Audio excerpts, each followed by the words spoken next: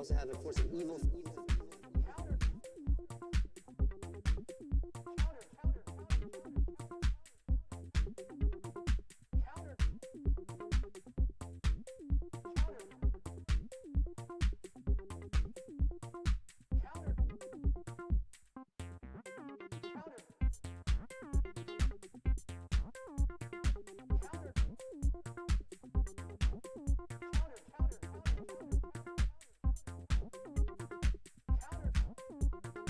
Force of good?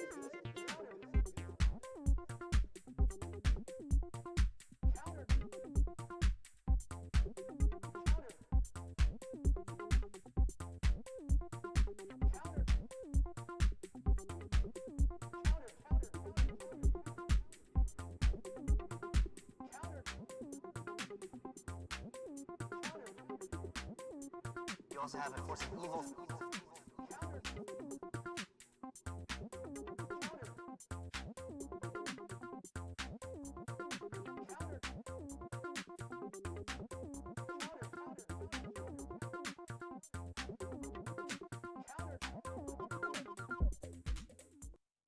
Hey, and welcome to the Watchers Party. We're so glad to have you, everyone, here. It's so neat to see all of our favorite people here, which is everybody. Thank you so much for being here. And this is a place where us watchers are just going to discuss our previous episode and some character development and talk about quite a few things. And then we have GIF Trivia coming up, and as well as a special guest, Grimfated, will be on. And so we're going to interview her and find out all of her secrets. So I'm rather excited about this episode. We had an awful lot of crazy stuff go on. But first, we need some announcements taken care of. So, shall you? Oh, Ingrid, you're amazing. Hi, everybody.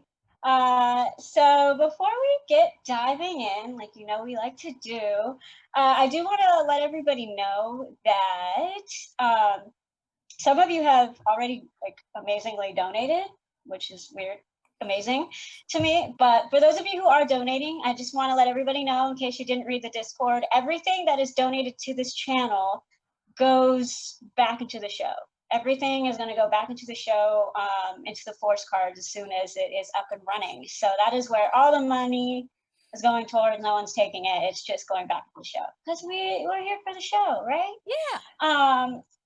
Also, I thought it was fun that Jeff actually announced that this is no longer a side mission. This is now, they renumbered the episodes, and this is now a part of the storyline. Yay! Because Whitebeard's amazing, but so there's that. And before we really dive in, I want to let everybody know that it was requested that we kind of keep, I think it's for the integrity of the show and for the actors and to make it less easy to metagame and all that, we're going to keep all of our amazing fan theories out of the episode. I know that the No Casts channel has been off the roof and everybody's talking about all the theories, the time travel, and everything. It's been awesome. But just like the secret rooms, we're going to keep fan theories out of this. So if you do want to keep talking about fan theories, please proceed to the No Cast room on the Discord because it's still popping a week later. Yeah, I think that's it, right? Yep, cool. I think so. So, also before we dive in, I think that it's important you guys, I know y'all have been missing our really cheesy advertisements. So we have sponsors this episode. We got calls off the roof asking to donate and sponsor our show. So Bingle really loves sponsoring our show because we're friends like that. And I want to let you guys know that it has been almost a year since the creation of the Funky Librarian by one James Willis. And in honor of this event, this Saturday, the 16th, Bingle is hosting their very first dance-off competition. Can you guys bring the funk? Because whoever becomes the funkiest librarian on the dance floor will win free alcohol on Bingle for a whole year. But let me caution you guys, Bingle and Loving It takes their last call very seriously, so drinking discretion is advised. Yay! Oh, Jay! That was great. So yeah, I'm gonna be there this Saturday. I'm practicing my funk and my funky librarian dance all week, so I hope to see you guys there. Okay. So I'm assuming you want me to just I can dive in, girl. Is that Yeah, what let's you just dive in. Let's do it. want? Okay. So first of all, I want to say, wow. Opening thoughts. Wow, this episode. Wow, this episode. I want to share just how emotional and intense I felt about this episode because I've experienced a lot of emotional and physical pain last week. So for those of you who don't know, I got so into last week's episode. Someone just suggested when I can't be at my computer to put it on my phone and take it around with me. Yeah, guys, I am a fair waffle. And when I was getting some tea, I had the phone like perched on my kitchen counter, and I was so focused on the conversation. It was when they were having one of their arguments. I was so focused. I was pouring my tea, wasn't paying attention, like that, didn't take my eyes off of the freaking screen, overflowed my cup and burnt my hand. Just so y'all can see, yeah, you can see like the discoloration right there. I burnt my entire thumb and all of my fingers and spent the entire second half of the show with my hand either under the running water or literally in a bag of ice. Is literally how I spent the second half of the show. It was pretty great. And I do want to say the amount of people who reached out just saying like, okay, if you have a burn, this is what you need to do and all that stuff. Ingrid, you being one of them, I actually felt loved. It was nice. But yeah, that's how intense the episode was for me. And I did not care that my hand was in a freaking bag of ice. I was still so focused on what was going on. It was ridiculous. So those are my overview thoughts. So we did want to kind of give our overview opinions on the amazing arguments and moral debates that's been going on for everybody and the characters. For me personally, I don't know if the party and the cast and the actors know just how emotionally involved we as watchers get into their freaking scenes, because we do. And if my burn doesn't say, I don't know what else does. But I was so emotional, and I know that I was very active on the Discord as far as my feelings, and I can't believe this character did that, and this and that. But I kind of wanted to take my last kind of comments, I kind of wanted to reel it back. I wanted to reel it back, and I kind of wanted us to look at the overall bigger picture. Take out the content, take out all the specific things that were going on, and take a step back and look at the situation. And for me, in my opinion, I think it boils down to all of the party members taking responsibility for their actions and holding each other accountable. So let me back up a little bit more and explain why that's my overall arching opinion. There's a beautiful line here. Where's my camera? There it is. There's a beautiful line here. On one side, you have villains. On one side, you have heroes. Okay. Yes, you have anti-heroes, vigilantes. Yes, they're somewhere in the middle. But again, we're pulling it back and we're looking at the bigger picture of things. Villains, which is on this side, okay, villains don't have rules. Villains don't have to follow a certain line. They don't have rules, morals. They don't live with honor. They don't have compassion, respect, sympathy, empathy. They don't have any of that. They're essentially, and Whitebeard is a beautiful, amazing example. He's an agent of chaos. He just does what he wants, when he wants, and how he wants it. Beautiful villain. Now, on the other side of the line, you have heroes. And to be a true hero, you need morals, you need rules, you need compassion, you need all of these things that allows you not to cross that line to where the villains chill and the villains hang out. In my opinion, I think every single one of the party members are teetering and have been crossing that line, and they haven't been holding themselves or each other accountable. That's my overall arching argument. You cannot say, hey, yeah, I killed this guy because I wanted to avoid prison, and claim you're better than Whitebeard. No, you cannot cross that line. That doesn't make sense. You cannot say you have no compassion and no empathy for murdering someone in cold blood and be a hero and be on that line. And lastly, you cannot say, I want to go back to being the heroes of Bingle. And you cannot say, I really want to be able to give people a chance to do better and engage in criminal and murderous activities, or be a party to criminal or murderous activities. You can't. The answer is no. That's crossing the line. And I think that the party really needs to do a better job of holding themselves responsible and accountable for their actions, and holding each other accountable and responsible for their actions. It's no Ingrid, different than thoughts? just teamwork. I mean, teamwork in general in real life, we have those same standards that we expect out of our team, to have each other's back and to pull us back whenever we're doing something that we probably shouldn't or is not a good idea. Now, there are some times where the team is trying to say, hey, we're going a little far. Like this, our party is going a little far in some areas.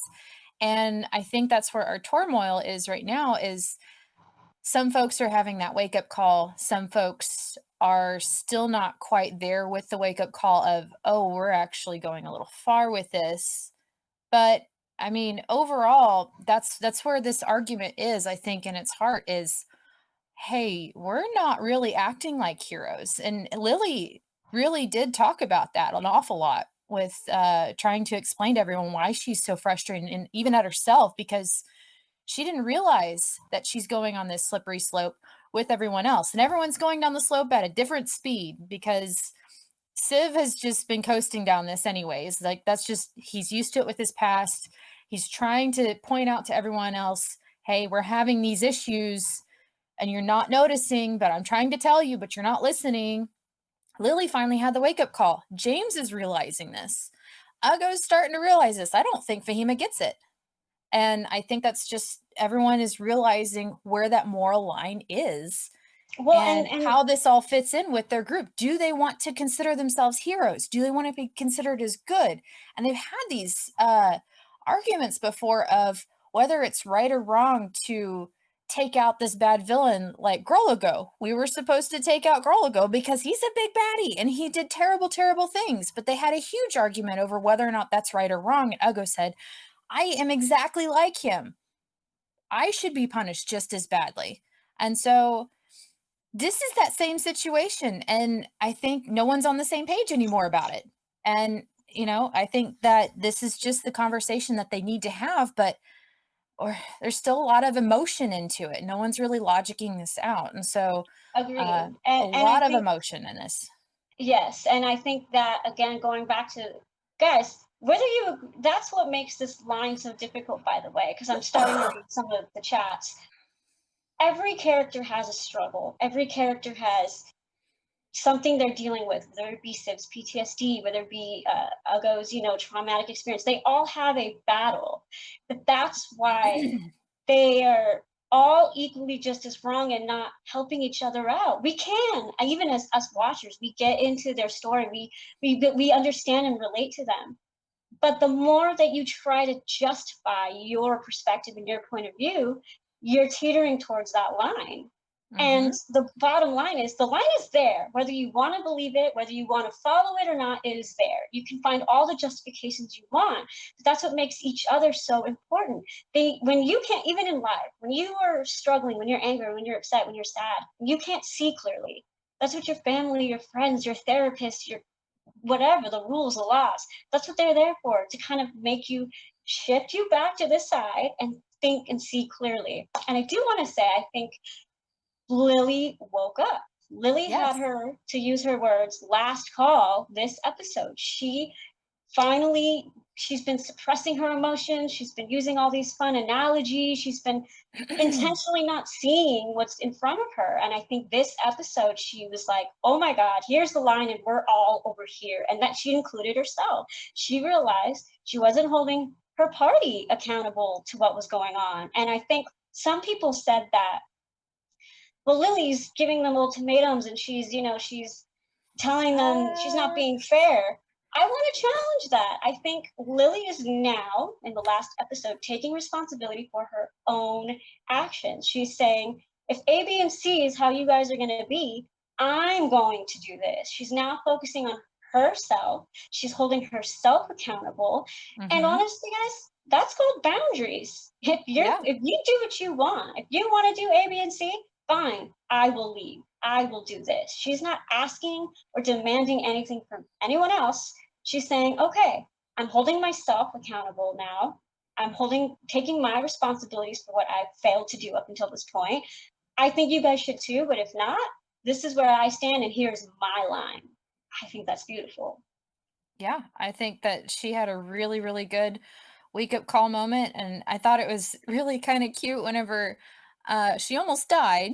Granted, that really sucks, but she almost died, and so her way of healing was, of course, Civ saved her and said hide underneath this blanket. Well, she kind of hid it like a kid hiding under a blanket, and she conjured basically kind of like an illusion of her Grammy to help heal her. That's one of her healing spells. But it's if Grammy double stuck. She's done this before, but in this moment, I think that was really important for her to have done that because she was probably still very tipsy or slightly drunk, and so she could have been a little emotionally swayed by that, but she's probably like, "Oh my gosh, I almost died there. I just went through some really crazy stuff just a little while ago with some undead stuff, and this plant tried to attack us, and it was horrible. Everything smelled terrible. I'm having a hard time keeping it together right now." And so after having that chat with Grammy Dumblestuck, who of course can't do anything but just, be like a picture that you look at whenever you're really sad and you need to help that way to kind of cope with something. But looking at that, she comes out of that room and then sees the party taking out these halflings. They had no intention to begin with going in there and doing any harm to those halflings unless it was absolutely necessary. Was Lily it Dumble's absolutely necessary? Because I went through wait, that one more time and I don't feel like it was, but that's my opinion. Lily Dumblestuck fan, I really want to know what your son. You would hate to see Lily leave the party because she sets her boundaries too short. Sets her boundaries too short. I think that I okay, too short. And I think honestly, I agree. I think it would be sad to see Lily leave the party. She's not going to, in my opinion. But I am so proud of her for finally standing her ground. If that's what she feels she needs to do, I will literally walk in support and clap her out of there because that is what my overall opinion is. I can see everyone's side. I can see everyone's point of view and everyone's story. But the problem with this group is they're not acknowledging a line, they're not acknowledging a path. And Lily, good for her, setting her boundaries. This group doesn't have any. They never have. Hence, they felt comfortable barging in and just murdering people on the spot. They've always been able to do whatever they want to do.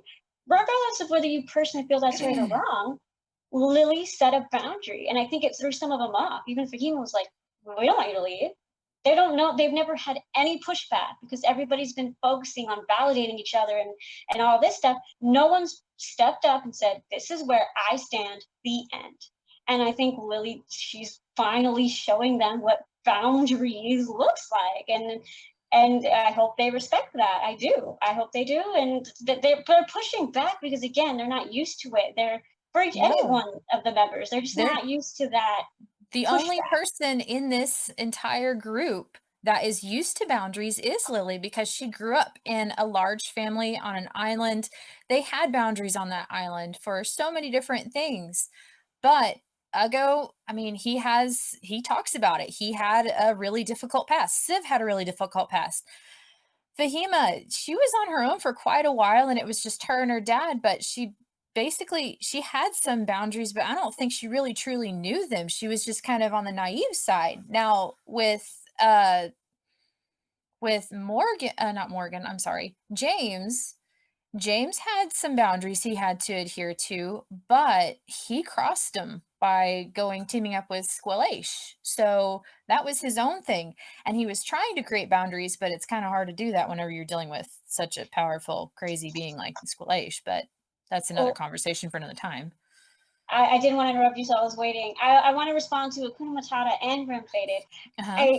That is exactly the opposite of my point. Grimfated said they haven't needed boundaries, and Akuna Matata's like, yeah, before it's been very black and white. No, that is kind of my point. We all need boundaries in life, and that, sure, okay, depending on what's going on in your life, the boundaries may not be a center focal point, but without boundaries, problems arise. Same with relationships. If you don't have boundaries with your relationship, eventually it's going to cause a problem. Boundaries are always important, and establishing what's right and wrong, having those types of conversations with each other and everyone else is always important. It doesn't matter whether, oh, we haven't fought yet, so there's no need to establish rules or boundaries within our relationship. No, Mhm. you should always be clear about what you find value as far as respect or communication, whatever. Those boundaries are important to prevent situations like this.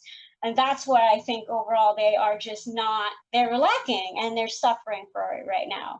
So I think boundaries, regardless of whether everything is dandy and rainbows or everything's going to hell in a handbasket, boundaries and rules are important.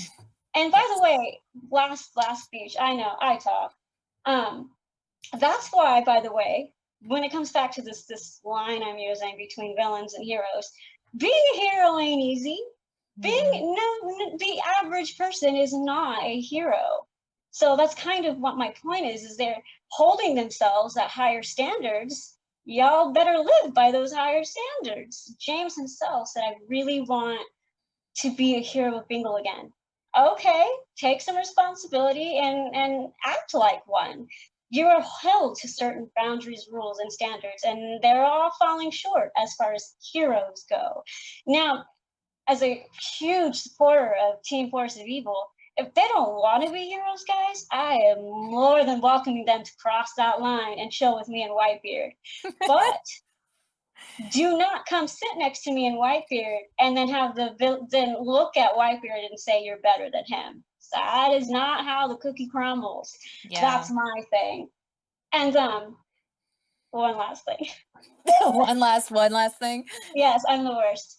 That is why, again, when it comes to acknowledging some of these boundaries, even though I think James isn't as far as Lily and realizing it, he had such a beautiful heart to heart with Ugo in this He episode. He did. had, yes, when he was talking to Ugo, James was first of all the feels. He was being so vulnerable and so real in that Mhm. conversation. And he said, one, I don't know if anyone else with all the emotions that were going around noticed this, when he said, Ugo, I love you. That That is a big thing. He was, never has said that to anybody else in this group. yes, it was such a big deal. And it was so many episodes ago, he was like, I don't love you people. I don't know you people. You're not my family.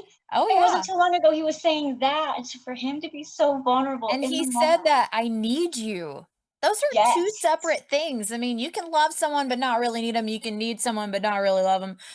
He said, "I love you and I need you." And I think that's huge. I mean, that makes it to where I feel more comfortable with that blood brother bond because I feel like it was very one-sided for a while, for quite a long while, because James didn't really know what to do with it. He's not really had any friends or super super close family and stuff like that. So and he's said it many times before, particularly like with Lily saying, I have a hard time with this friendship thing and getting close to people.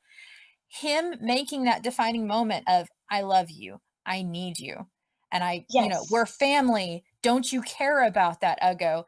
That is a huge thing because I think that's the first time he's really come to grips with, oh my gosh, I really need these guys, and these guys are close to me, and I don't want to ever lose them. And I'm so afraid that we just did something that could break us apart. And I think it goes back to the holding each other accountability, the overall point. It wasn't necessarily just, it was like, oh my God, I love you, I need you. But that was James realizing. He straight up said the words, I'm ashamed. I love you and I need you. That was James's cry for help, saying, we are crossing that line. I'm not okay with it. Ugo, I need you. I need this team to help hold me accountable. That's what I think he was saying. He was like, I need your strength. I need you. I'm ashamed. And James is, I'm responding to your comment, Sean, and I wasn't letting that go. He is holding himself accountable. And James, like I said earlier, he cannot say, I want to be the hero of Bingle, and then have the actions that he's done. And he's realizing that. He straight up said, I'm ashamed. I love you. I need you. Some of the party members are realizing that it's going to take more than their own actions to not cross that line. They need each other to have more of those lines and have more of those boundaries and help each other.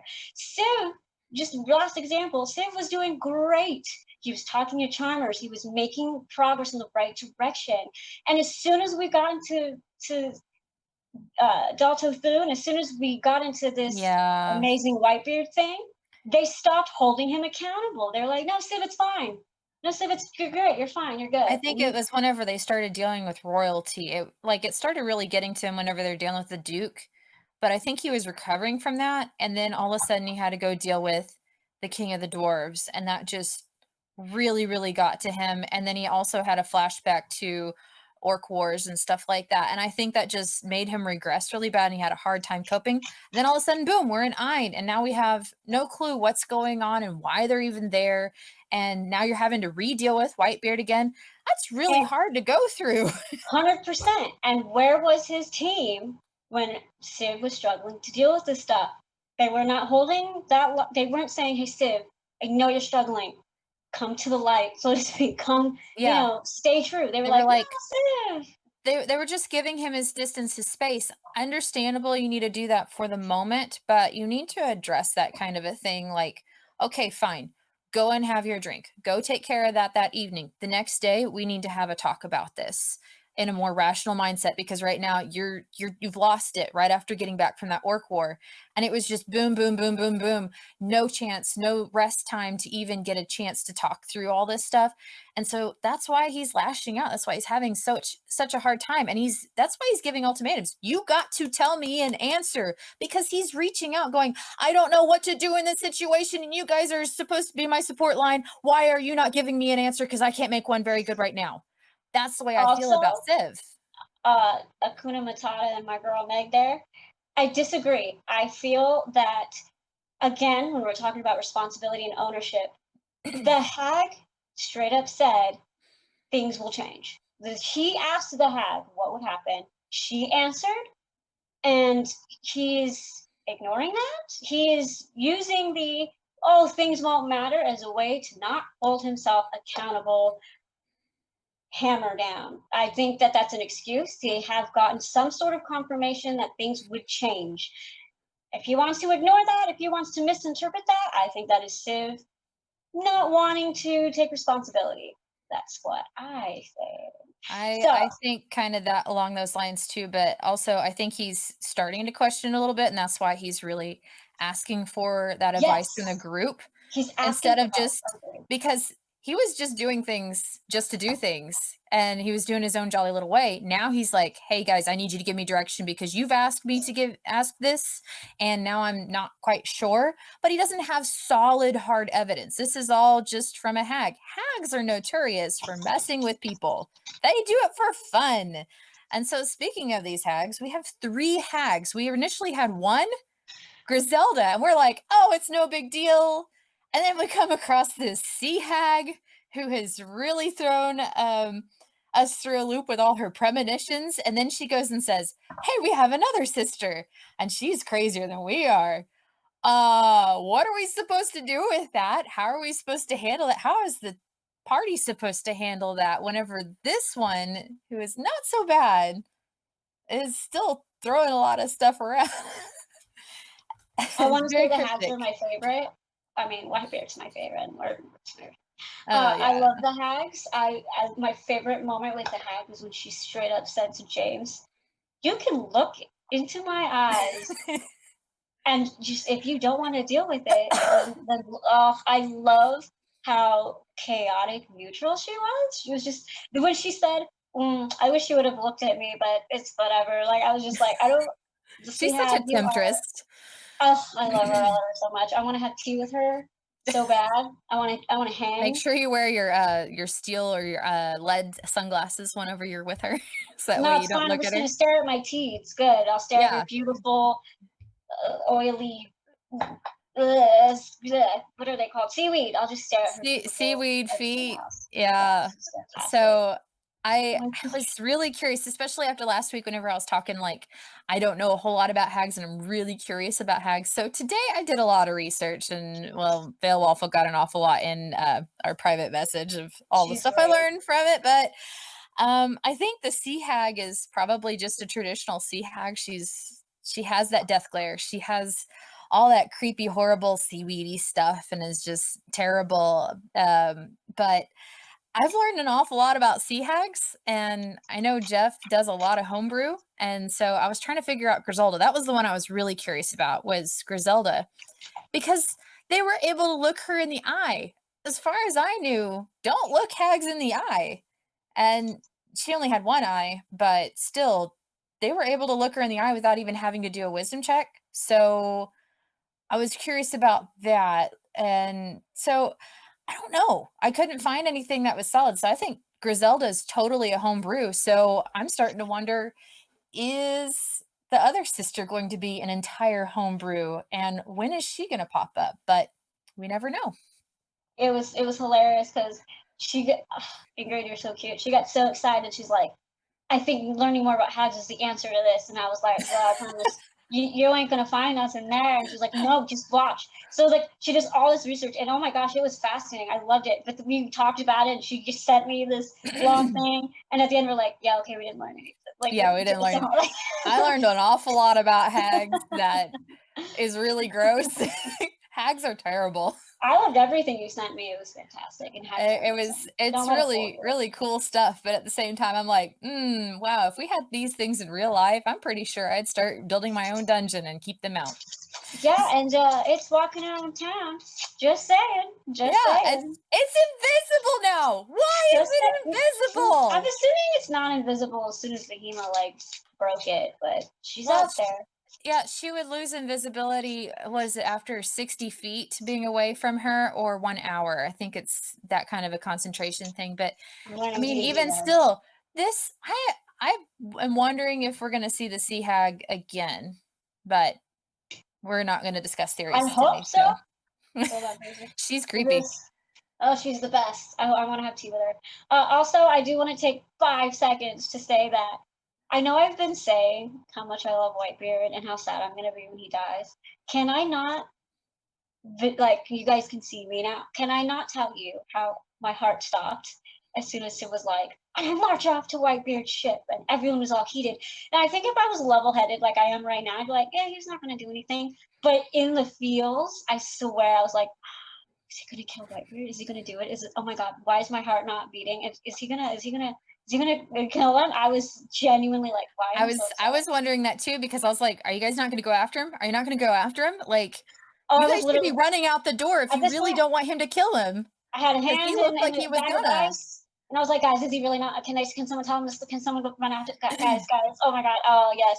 I just want to say, if in case this may surprise you guys, but I think I'm genuinely in love with Whitebeard, and I'm gonna be very sad when he dies. Okay. Moving right along. I don't know what I'm gonna do with that whenever that happens, because I have a feeling it will.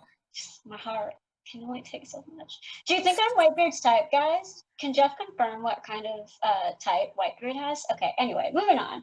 I don't know. He has the thing against loudmouth for talking too much, and you seem to claim that you talk a lot. If Whitebeard wants me to be quiet, girl, end the show. Moving right along. Moving right along. So we have to talk a little bit about Jeff's polling. Yes. It was such a cute thing, and I feel like he really wanted it to happen, and it didn't need to. But it was a really cool idea. So we got to talk about this thing. It had a lot of really neat moves. I think Jeff's genuine excitement about things Yes. just warms my soul, and it is actually one of the reasons why I got so into the show in the first place, is because just pure excitement is gold. So the fact that even he was just all bummed out and got all excited, like that alone was just like, oh shit. And so I think that his hop dodge, where they like split apart, and his double trouble, I was actually hoping we would have the stats by now so we could talk more about it, but he hasn't posted them yet.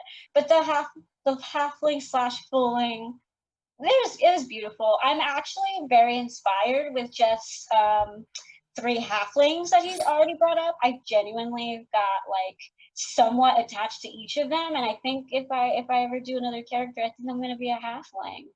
Because Ellery was just cool as heck, and She the was. fooling was adorable. So hopefully we see the fooling another time. Yes, it won't be from Char and Scar, but you know. Also, guys, can we name the halfling? Because the halfling doesn't. The hag doesn't even have a name. Does anyone Yes, just we need to name the sea hag. Are we just calling her Sea Hag? Are we giving her a proper name because she deserves it? I think she needs to be called Fran, because I just feel like she's a Fran, like one of those Boston older ladies that knows everything and doesn't care if it hurts your feelings or whatever, and she's just like, oh my gosh, I'm gonna tell you right now, kind of a thing. Like, I feel like that's a Fran kind of a name. I don't know. I'm a huge Final Fantasy fan, so when Grizz I think younger. Fran, I think of this really scandalous tall bunny. And I'm like, huh, hag? I'll show you a picture Ingrid, of what the one I'm talking about looks like. I'm Keep talking, sorry. guys. We'll have to name her. Yes. To keep things somewhat going, because we're really great at this.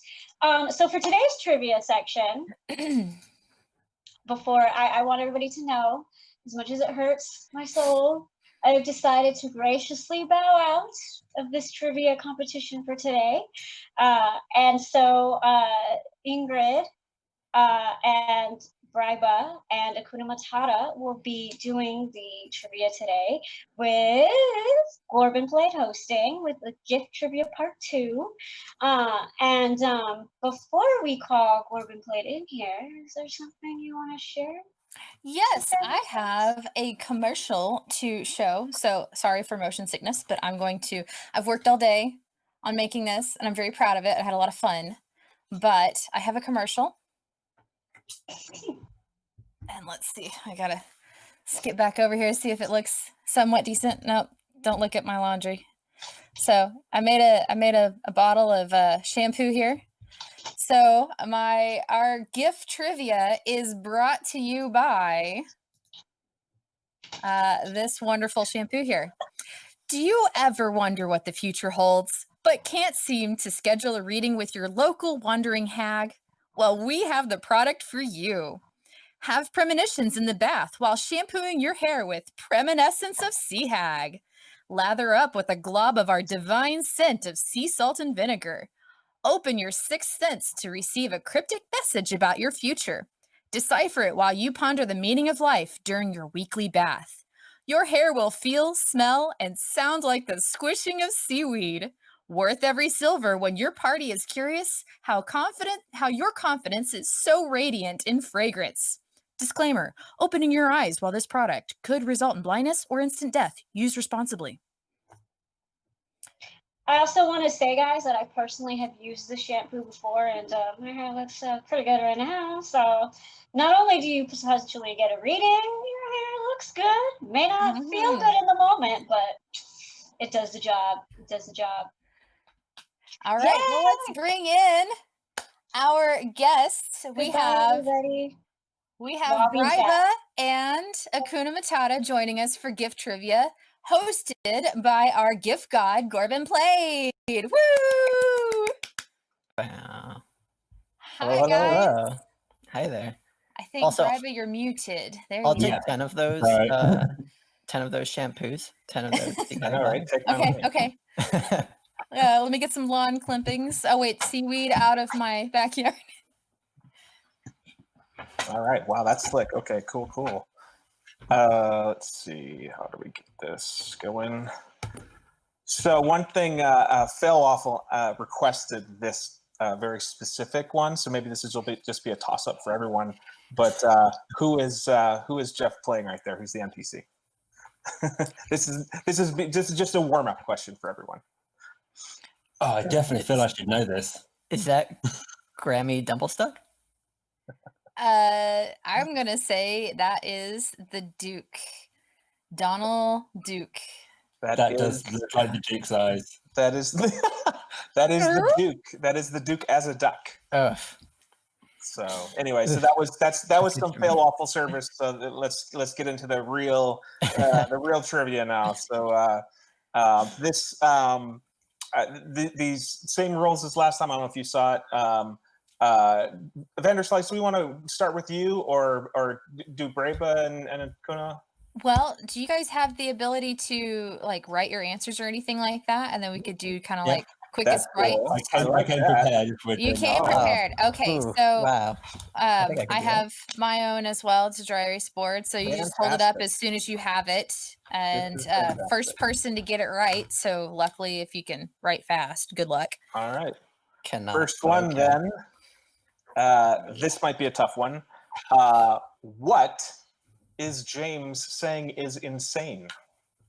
Right there. I'm not even gonna write anything. Ugh. You don't have to get specific, but what do you think he's saying is insane? You know, I did pretty well on your first one last week, and now I'm just like, well, bye guys, this was exactly fun. the same thing. Well, these are some of the leftovers, and as they were going to get harder as we went along, so you're kind of jumping into the deep end. Oh dear. SOL. And I didn't do so well last week. Let's see. I think I'm just gonna write down an answer. TikTok. I'm trying to see. There's. It's weird. I'm looking at that clip and going, his T-shirt. That's I exactly think what that I was was just trying to look at. Where Ugo got the Force of Evil card about T-shirts because he said, "Oh, it was a D&D one, not a library one." Oh, okay. No, I have no Yeah, idea. I'm sorry. That's I okay. think We we're can just pull gonna the draw plug on that this one. All right. This was a Fahima casting her first Thunderbolt jump off the top of the Ashen Oh, Maiden's tower. I remember that. Don't even remember that. Yeah. That was Dang it. I love very this. So I hope they get easier after this one. All right. Let's go to the next.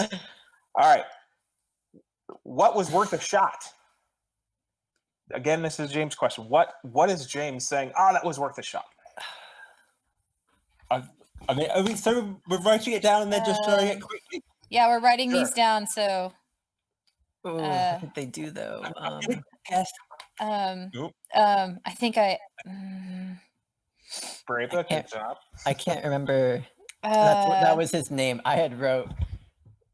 Oh my god! What's I that? just wrote Crimson Coil. I just knew it was There you the go, yeah. Crimson Yeah. Coil. Oh gosh, I don't even know his name, guy.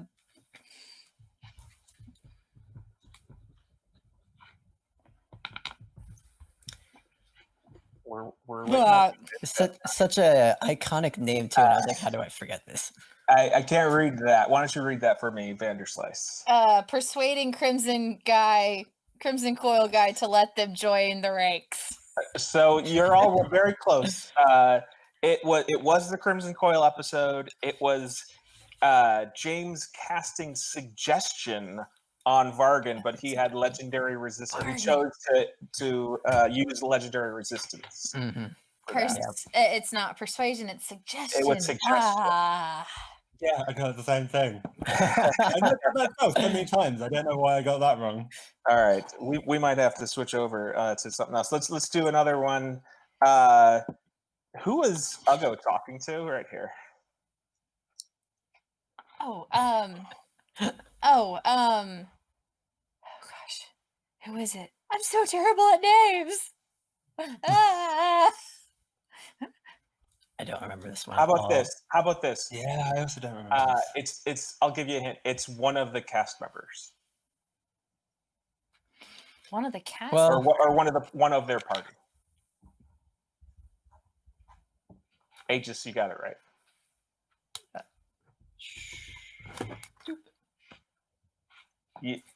Okay, Akuna, you have it correct. Vanderslice, unfortunately, no. Braby, do you have your answer? I didn't see. Yeah, I mean, I would guess Yeah, that, but Lily, mostly it's just Lily. because there are It was- sticking into I- this It brain. was went with- Lily, but specifically Aegis 13, Ape Lily. Ape Lily. Oh. Yes. She was getting mad that she was stuck in the, Oh yes. the walls I or knew the it was hallway. something recent. Ah. All right. This one I did. This one I came up with, Brava, before I knew that you were going to be on. So this should be a slam dunk for you. What was the name of the Force of Good card that allowed Ooh. Behemoth to change Snare to Spare? Um, And Brava, if you get this, you have to hide your head in shame. If you don't get it. This was on the list of things that I did for the anniversary thing, and I looked up where it came from. Yeah. And if it wasn't 3 in the morning, and I hadn't been drinking, I would definitely know this. Oh, I can't remember the name. Aegis 13 is all over it again. it's the other way around. It This was is- it was bought by, just as we're filling time here, it was bought by Uncle CW. Here's my answer because I got it wrong. Good job, Brava. Just to, am I close? You were close. You got the first 2 words right. I know that it had one of those words in it, Yeah. at least. I just Ring. can't remember. Ring of the Grammarian. Oh, grammarian. You expect me to remember that Yeah, I one? know. Come on. Yeah, I know, right? Ring of the words. Ring of the words. Come they had on. words involved in it, right? I was thinking like Lord of the Rings, but Ring of the Lords, Ring of the Words. Okay, it was Yeah, far fetched. How about this one? What's happening in this scene? What's making Fahima do that? She has decided to become one of those air people thingies at a car salesman Good lot. job. Good job, Brava. I saw Brava's answer, so I'm not gonna answer because I have no idea on it. But I like wacky waving inflatable flailing too, man. Yeah. Yeah. The alternative answer. Yeah. Scully, that's correct. It was, I'm fine. Yeah, that was she was being tossed about by the Kraken's tentacle. Oh yeah. Yeah. I'm okay. Really? So I have a feeling this one's going to be just insanely tough. Then, in this scene, who is loving Fahima and who does she love back? Oh no, it's the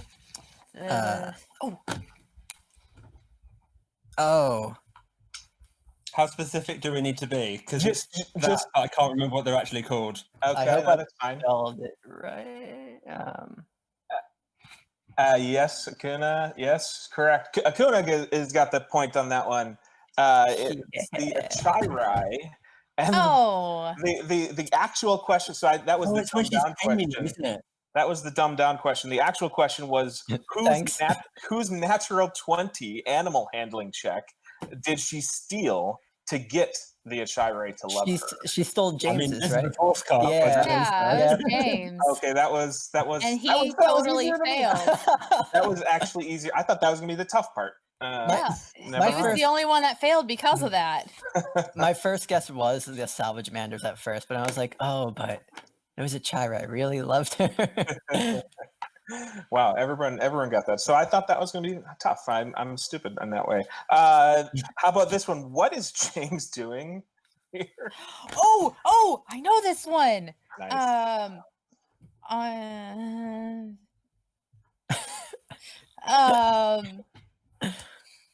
What is that thingy called? It's so hard to look at the thing but not look at the chat. Must stick. I love you. How literalist you're going. That's funny. I'm gonna have to. I'm just gonna default back. All right, so let's show your answers. Hold on. Yeah. Uh, I mean, Fade. I'm pretty sure this is wrong, but I'm going based on Okay. what it looks like. Frying an egg. Yeah. That's truly And Vanderslice on the beach looking for treasure with so fair enough. Yes, he is on the beach in Bingle casting detect magic, looking for anything magical on the beach. Yes. And he does find something, and Aegis 13 again gets it right. He looks for and finds Olo's ring. Oh yeah. Yes. So do I get like half a point for? I think, and I believe he has a funny hat on. I think he had like a funny hat from a force of good or something. Yeah, I think he did. That's funny. Okay. Let's go ahead. What Oh my God, so young. what is Civ looking at here?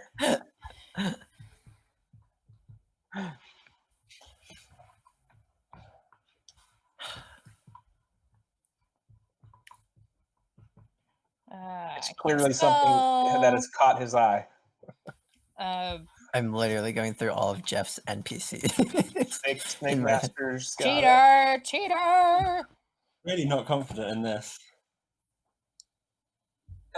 Solid Commander. I'll default. I don't have it. That was when Squabbly dove down and got some gems and spit them up graphically.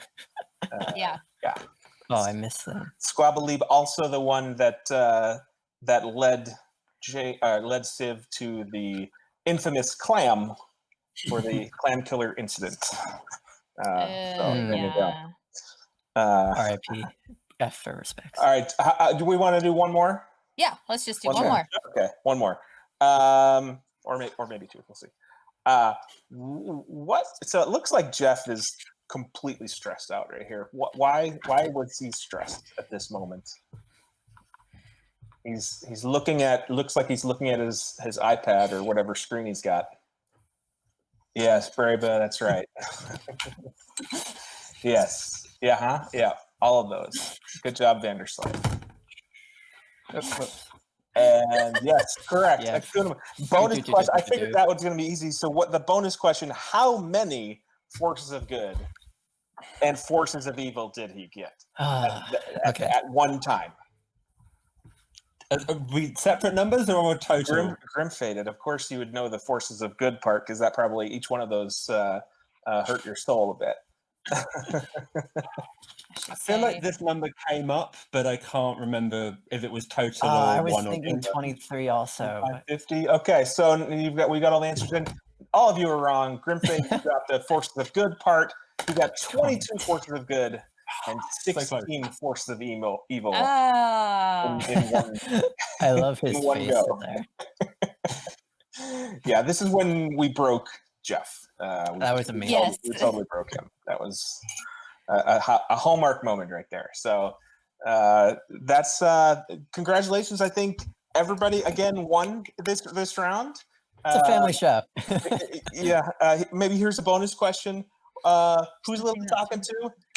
She's talking to Enos and Arthas, telling them, "Hey, you can fight people by just singing a show tune." Anyway. All right. I'm gonna say that. Yeah, I'm gonna say that we all won. We all won that round. So all right. Congratulations. Go us. Go team. So what's next, Vanderslice? What's next is we have an interview with Grimfated, the mistress of evil herself. Well, hi. Wow. I wanted the guy behind the curtain to bring me back before y'all left, but that's fine. It's fine. Yeah, we all won. Y'all won. It's fine. Good. So my favorite part of the show today, because as we discussed, we've all said it before. It's not just the cast, the crew, the actors, but the watchers are just as important and valuable on the show. And I think everyone here knows that I am our guest's #1 fan, and I am literally fangirling right now. Like, it's happening. So without any further anxiety and excitement, my girl, Grimfated herself. How are you? I'm doing good. Okay, sorry. Fangirling out of the way.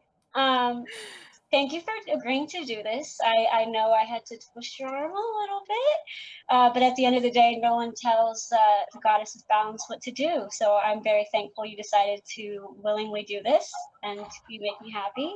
And why don't you start by telling us? I know you how you got into the show because you put it on the Discord. But for those who don't know, why don't you tell people how you found / got into the show? Yeah, so it was total accident. I left YouTube on autoplay one night and I woke up in the middle of the night and that was on. And I was like, what is this show?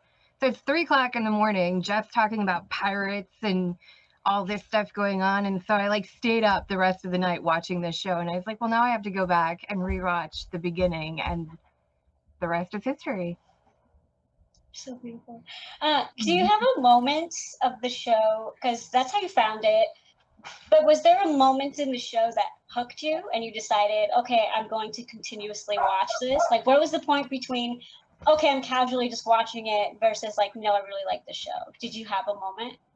There wasn't really a specific moment that I was like, oh, this show. It was just kind of watching when I went back from the beginning and started watching. And then like every week, like the story just drew me in every week.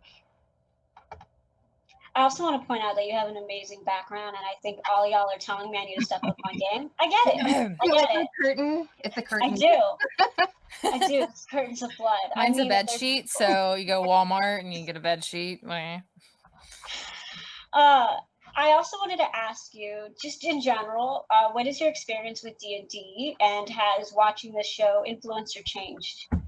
I have no experience with D&D. The dungeon run is my experience. Hello there. Are you interested in playing D&D at any given? Oh my God, is that a dog? That is a dog. Oh, she's shy. Not only are you my favorite, but then you bring a dog on the show. Sorry. Yeah. So, do you have any willingness to play D&D, or is kind of just watching the show enough for you? Watching the show is enough, but if I had people that I knew that played and were like, hey, do you want to play? Like, I'd be interested in learning. Mm-hmm. Okay, so the show, you're more in it for the show than the game. Yeah. Makes sense. So now the question I think everybody's kind of waiting for, can you please explain, which, girl, you already know where I stand on it, but can you explain to everybody, and yeah, I want if you can, your thought process. When did you decide that you wanted to step up and be the goddess of balance? And can you explain to everybody why you chose to be the MVP of Team Force of Evil, and just kind of explain, all floor is yours, girl. Like, kind of talk about that. Yeah, so first, fun fact, the first thing I ever bought for the show was actually a Force of Good card for Civ. Balance, y'all. She's got to balance. Okay, that's a good fun fact. I'm going to make that a trivia question like 5 weeks down the line. Okay, go on.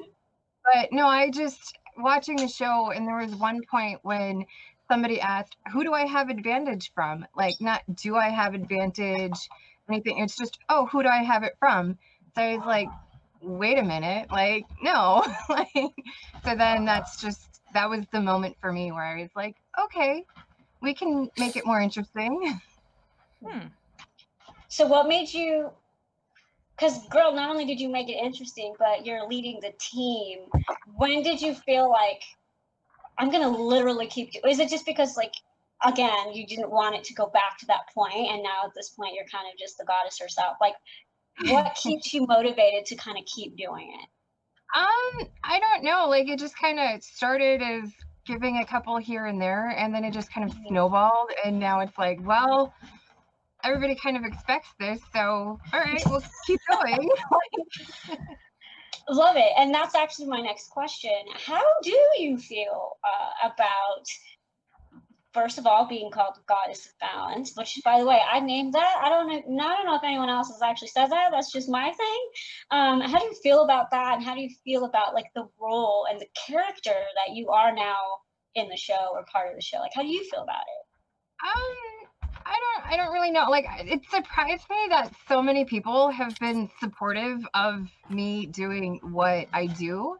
Because, like, I fully expected when I first started doing it that people would be like, oh, you're terrible. Why would you do that? And But so many people are like, even though I don't give disadvantage or forces of evil or whatever, they're like, you make it interesting. Thank you. Like, so I was just really surprised by that. Like, I fully was expecting people to, like, hate me, which I was totally fine with. Well, Girl, it does make the story interesting, and seeing some of those forces of evil, sometimes they're just silly, and then other times they're really, really scary. And so, like, the forces of good, sometimes they're great, but sometimes they're like, okay, that's good. Sometimes they're really awesome. But like the forces of evil really change things, and I think they really add to the story quite a bit. And it's just a spur of the moment kind of a thing even to deal with, but it is kind of like, oh no, or is the party going to die just because of a card that hit Yeah. at just the wrong spot? That's the thing I worry the most about. But you know, a force of good can do the same thing. It can save a party just on the spot because of it. Yeah, like, well, no, girl, go. okay. No, I was just gonna say, I would feel so bad if a character died because I gave them a force of evil. Like, I don't give them to intentionally, like, hurt the party or try to kill the party, but I would feel really bad. Like, not bad enough to not give them, but that's kind of a chance you take when you're, like, it's the game. You're one roll away from dying without forces of evil anyhow. So True. Like, it wasn't your fault that Lily rolled a nat 1, you know, and not in general. Like, it's like the luck part of the game is still there, and I'm really glad that you had a platform to finally say that, because how can I not talk about why I fell in love with you? So I was the same way. Okay, I don't have the means to give to the show, but I'm sitting there in frustration, like the same exact thought you had. I'm thinking, they just expect all this good and showering. And yes, guys, I am for Team Force of Evil. And I feel like I knew right away when you started giving. First of all, I got excited and I was like, someone's playing for the other team. This is amazing. But I think, like, we feel the same way on it. I don't want the party to die either, but balance is important. And no one wants a story where the heroes just escape to the end and everything's so easy. No. The heroes have to earn it. The heroes have to go through their struggles. They have to deserve, you know, they got to fight a little. What's a good story without a fight, you know? Dan, I couldn't imagine them going through having forces of goods and forces of evils right now, though. I think that would just really derail a lot of things. I'm kind of glad we took a break from that for now, but I can't wait to get back to that because some of those cards were incredibly interesting. And they were just hilarious. Like, I was rewatching episode 10, and there was one about limericks. And oh my gosh, if you have to speak in limericks, that's hard. I love that part. Also, I'm happy because I know my boy has to go, but he will not be taken down by any force cards this time. There will be no assistance because there were so many force cards used the last time they fought Whitebeard. And if y'all want to take him down, earn the death that's going to make me bawl. Okay, earn it. Also, on that note, Grimfated, can you share who your favorite NPC is and why? Oh, how do you choose just one? Top 3? Like, every time I'm like, oh, I love this one, and then Jeff's like, oh, here's a new one, and I'm like, oh, I love you too. Like, how do you, like, I think Jeff is just a bloody genius. Like, I have no idea how he comes up with all the stuff that he comes up with. Yeah, I think I'm the same. Every time I'm like, oh, this NPC, I mean, so far I've had the same opinion for a while. But no, really, like, every time he introduces a new character, I'm like, oh, dang, like, the Salvage Manders were so amazing. They were. And he also talked about how much time he had to come up with their language because he had to lie face down. It was during his eye surgery time. But I think that was really cool that he came up with his own language. I also want to backtrack a little bit and just say that we do love you. We do love you. And I know that you've I want to kind of say thank you also, because even though I know you're getting a lot of love, I know that there have been some people that still kind of attack you. I'm gonna say attack because I've seen it. And I think that you deal with it very humbly and you deal with it very respectfully. And I really appreciate how you kind of just stand your ground. And so, do you think that the love and support that you have been given, do you think that's helped you, or does that hate still bother you to some extent? Both. Like, it's never easy to have somebody come at you and be like, what, you're terrible, and oh, you hate everybody, and that's not why I do it. So when I have people who are like, saying, oh, that's great that you do it, like, it helps balance it out. And I mean, even if everybody was like, screw you, why are you doing that? Like, I'd still do it, honestly, because I'm not doing it for other people. Like, I'm doing it because I want to. But definitely having people's support makes it easier to hear when somebody has something negative to say, kind of balances it out a little bit. Good for you. I kind of wanted you to just kind of speak on that, because I love the fact you did this, because I'm hoping that the people are watching, one, realize your true intention, two, realize you are a beautiful human being, and three, that again, you're not this, whatever image they have of you is clearly not accurate. Also, I'm your biggest fan, and I'm hoping eventually I can get an autograph. But I do want you to know that I can see your face. I really do want you to know that overall this community is behind you. This community loves you, and I hope that you do feel more of that love than not, because you are amazing. Aw, thank you. And I do want to give you just, I know that everyone's kind of like, huh? But I do want to give you the floor just to, if there's anything that I haven't specifically asked that you want everybody to know, more trivia stuff. Now is the time for the Goddess of Balance to kind of like say any piece she wants about characters, episodes, anything. Is there anything that you kind of want people to know? I don't. Why you gonna put me on the spot like that? Because you told me to. Because I told you. Because I told you I like to just go with it. And she's really good at it, no, it's just like there's so many moments on this show that just make me all mushy. Like, I know, like, people are like, oh, you don't have a heart, but there's so many moments in the show where I'm like sitting here watching, like, trying to cry, like, and I think my absolute favorite moment of the show of all time was when Ugo had the dwarves when they were walking through Delta Thum, and the cannon was like hitting the side of the mountain, and like the dwarves like snuggled into Ugo, and Ugo like wraps his arms around him, and I was just like, oh, like that moment for me was just my all-time favorite. That was a really good moment. It was, and that's why I wanted to give you the floor. Thank you for sharing. I know that Ugo has a big spot in your heart in general. Yes.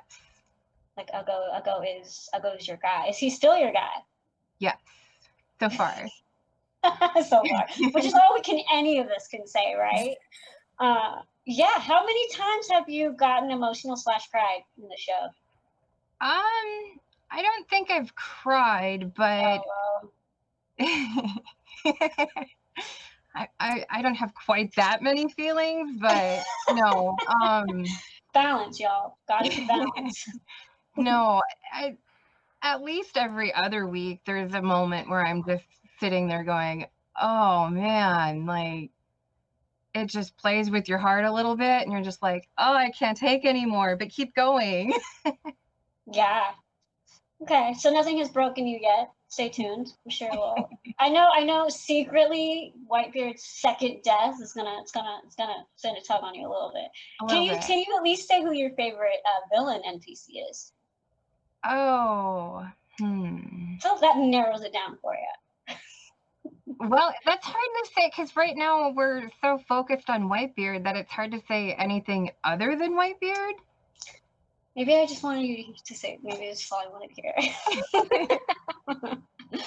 So right now, Whitebeard. Yeah. Okay.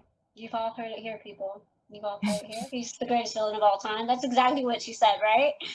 And on that note, I just want to echo again, I appreciate you coming on here. You're amazing. This community really does love you to death. But they love you. And in the future, we will be having a Team Force of Evil versus Team Force of Good trivia. And Grimfated and I are going to be 2 of the 3 Team Force of Evil. So I want to open it up to people to message me, not now, but later. You know, I kind of want to fill the spot. I think Snackmaster is going to be one of the driving forces of good. So I want a legit evil versus good trivia match, no holds barred. It's happening, and I'm very honored to going to be sitting next to you because we're going to win. We're going to win. Of course. So thank you again for finally showing your beautiful face. I know you did it in the video too, which I appreciate. But this was really fun. Overall, this is a really great episode. We just ran 15 minutes over, but whatever. Closing comments for my beautiful co-host, Vanderslice? Any finishing questions? No, not really. Get over it. I love that wordplay. Girl, I would literally be so happy if Grimfated like just hugged me in real life. I think everyone underestimates how much I love this woman. She's fantastic. Every time I hear countered, even the good, like you're literally one of my favorite characters on the show. And I'm This not is even a real. character on the show. You are. No, girl, that's the whole point. You are. You are one of the gods who is very vocal through the amulet. And that's literally how I view it. Is when we watch the show, all of the watchers, we are players. We are gods in this imaginary Ein Sky, battling back and forth between whether we want to help the heroes or not help the heroes, whether we think they're wrong, etc., etc. So to me, you are literally a god in the show who is like, no, too easy. Oh, I didn't like that. Nope. Like literally, that's how you are in my head. So I really do view it as like gods in the sky kind of bickering back and forth on where the party needs to go and if they agree or disagree with the party. That's how I see it. Maybe my imagination's a little too wild. I don't know. But to me, Grimfated is a legitimate god in this world who is kicking butt and taking names. And every time they say her name, I'm just like, yes. Oh, she's exciting. I will stop talking now, I promise. But thank you again for being a guest on the show. Everybody let me know, DM me if you want to do the Team Good Evil thing. And in general, if you want to participate in trivia in the future. So yeah, thank you guys, and I hope you guys enjoyed watching the watch party. Yay! Bye. All right. Bye. Humankind, be bold. Be both.